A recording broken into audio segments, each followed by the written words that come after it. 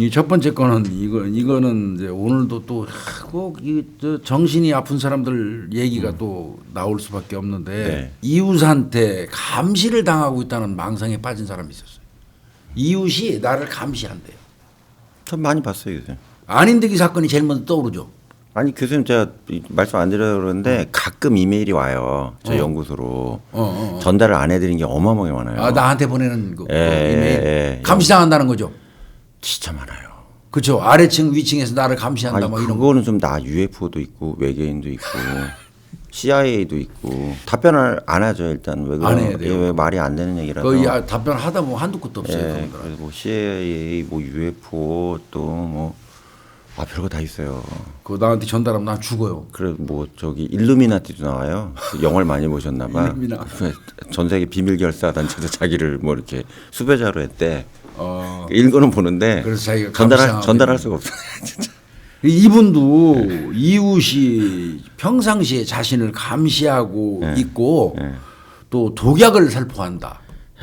안인득이도 그랬잖아요. 네, 자기 맞아요. 집 앞에다가 똥을 뿌린다, 뭐 네, 바퀴벌레를 똥을, 갖다 놓는다, 뭐 이러면서 이웃집 그 했잖아요. 안인득이 네. 그 비슷한 건데 이분도 그런 것 같습니다. 이 보니까 그 살인 행위를 한 사람은 80대 80대네요. 남자예요. 연세도 많아요. 사망한 분은 71세더라고요. 네. 이웃집 주민인데. 그러니까 이 사람은 이웃집 주민한테 꽂힌 것 같습니다. 이웃집 주민 71세 남성이 자기를 평상시에 감시를 하고 있고 네네. 그다음에 집에 독약을 살포한다는 망상에 빠져 있었대요.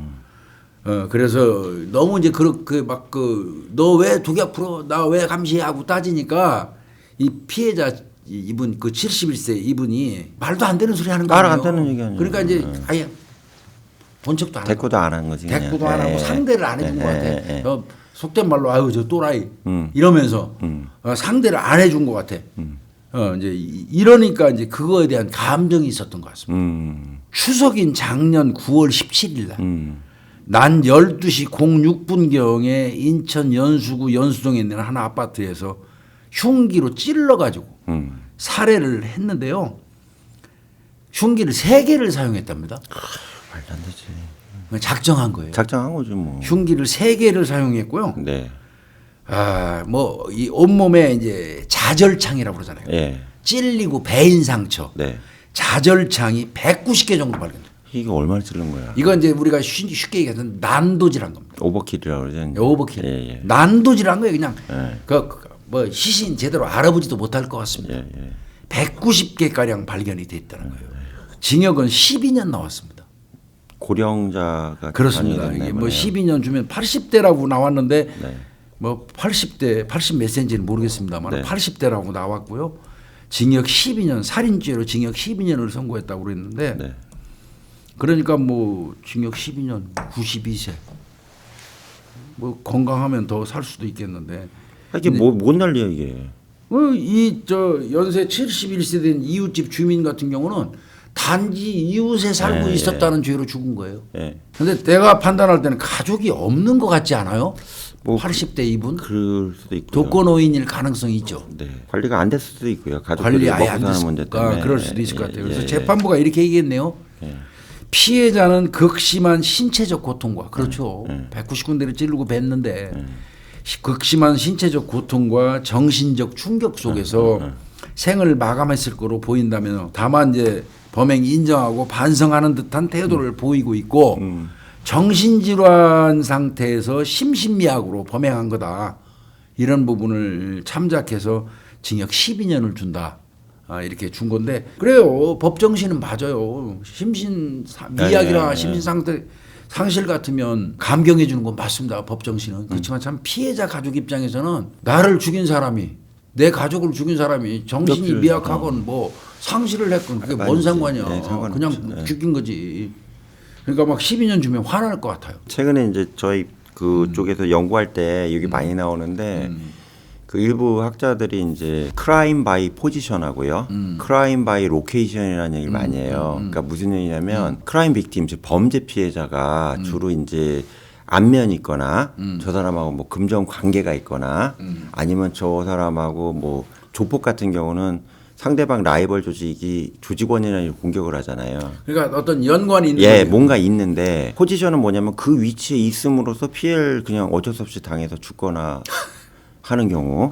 로케이션은 이제 진짜 고정된 위치를 보통 로케이션이라 이게 크라임 바이 로케이션인데 그냥 이웃집에 살았다는 이유로 그렇죠, 이 사람은. 그냥 이렇게 비명행사하고 이게 그 연구하는 내용에 나오는 게 뭐냐면 이걸 사회가 방치하면 완전 엉망진창된다고 나와요. 그런 거죠. 예. 이게 정부에서 이거 빨리 고민 좀 해봐야 돼요. 이거는 어떻게든. 근데 이제 여기서 문제가 뭐냐면 거기도 논문 같은 데 나오는 게 뭐냐면 인권을 자꾸 이제 존중하다 보니까 이 사람을 감시하고 못하게 이제 제어를 해야 되는데 사회 내에서 이거 하면 왜 내 자유를 억압하냐 이렇게 나오는 거라. 인권. 근데 사람은 계속 죽어나가고. 이게 그래서 심지어는 이게 휴먼 마인이라고 돼. 이게 인간지뢰라고도 그래요. 이 범죄, 그렇지, 극단적 범죄학자들은 이러면 안 돼요. 법정신에는 심신미약, 심신상실을 따질 수밖에 없고 그들이 범행을 하면 감경해 주는 건 법에 아주 명기돼 있고 네. 그러니까 어쩔 수 없이 하는데 항상 이제 피해자 입장에서 보면 그건 터무니없는 소리에 되지도 않는 얘기, 불과하거든요. 되지도 않는 얘기, 말도 안 되는 얘기고. 근데 이제 안인득 사건이 터지고 난 이후에 이제 지방자치단체하고 경찰, 소방 이런데 연계해가지고요. 지자체 내 이제 정신보건연구소 같은데 네.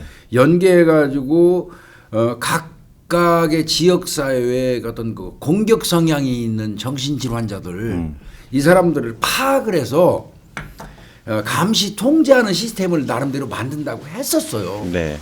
근데 그거 안 사실 돼, 안 돼. 안 됩니다. 안 돼요. 이게. 지금 말씀하신 것처럼 안 돼요. 가족들도 난리를 치고요. 예. 이거는 어떤 형태로건 손을 봐야 되는데 어떻게 해야 될지 모르겠어요. 정신질환이 있는 사람이 이 공격 성향을 띄워가지고 사람을 습격하는 경우가 정상인보다 퍼센테이지는 훨씬 낮아요. 네. 압도적으로 낮습니다. 오히려 네. 피해자가 더 많아요. 이제 그럼에도 불구하고 우리가 이게 심각하게 생각하는 이유는 이들이 한번 범행을 하면 그 잔혹함이라든지 이게 속수무책이에요. 그리고 억울하잖아요. 전혀 내가 이유가 아무 이유가 없는 그렇죠. 죽어야 되니까. 억울하죠. 피해자 네. 입장에서. 황망한 죽음이죠. 그런 사람한테 갑자기 어느 누군가 나한테 갑자기 나타나갖고 칼도 아무 연관 관계도 없는데 공격할 거라고 누가 상상이나 누가 해요. 주 예측이나 하고. 그러니까 그래서 더 무섭다는 거예요. 예. 단지 이웃에 살았다는 죄로 190번 정도의 온몸에 공격을 받아서 사망했어요. 이건 말도 안 되는 거예요. 이거 정말 이거. 잔인합니다. 야차가 나타난 줄 알았을 거예요. 아마 예, 이분은. 예. 말도 안 돼요. 그래서 참 그분 참 명복을 빌고 이거 정말 우리 사회가 지금 요즘에 낫다 그러면 정신이 아픈 사람에 의한 아주 잔혹한 범죄. 또 낫다 그러면 이별 범죄에서 스토킹 끼가 있는 새끼들의 범죄. 이거는 지금 요즘에 그냥 거의 유행이에요. 거의 무섭습니다. 전쟁이에요, 전쟁 지금. 거의 전쟁이에요. 이거 큰일 났어 이거. 이거 답답한 일이고.